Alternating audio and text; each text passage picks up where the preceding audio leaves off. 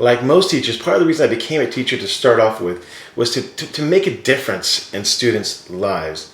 And I remember when I first started teaching, the way I went about this is I tried to make my classes as fun as possible, as exciting as possible. And I went out of my way to make sure that I didn't upset the students.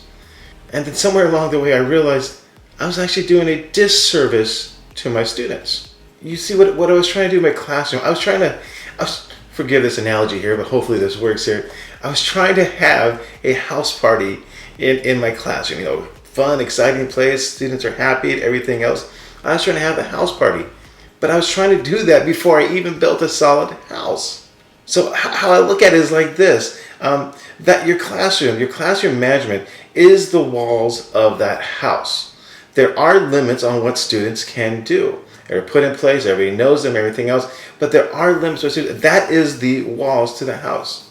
But what's interesting about these walls to the house is they provide security, they provide safety, they provide protection, and they allow the people in the house to feel comfortable, and then within those walls, they can have a good time. But you gotta build those walls first. So you gotta have that classroom management in place.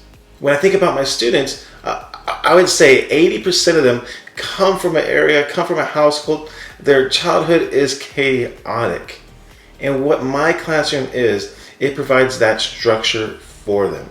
What your classroom needs to be, it needs to be a safe place for students, but you get that by not making it necessarily fun, exciting, and being the students' best friends. You get that by providing that stability, that structure, a place where students know what they're going to get when they get to your classroom. It's got to be predictable as well. So all these things, once you have that in place, what you're going to find out is this. Once you build those walls of your classroom with the classroom management, the students inside those walls, inside your class, are going to start bringing down some of their walls. So if you really want to connect with students, you really want to make a difference in students' lives, it all starts with classroom management.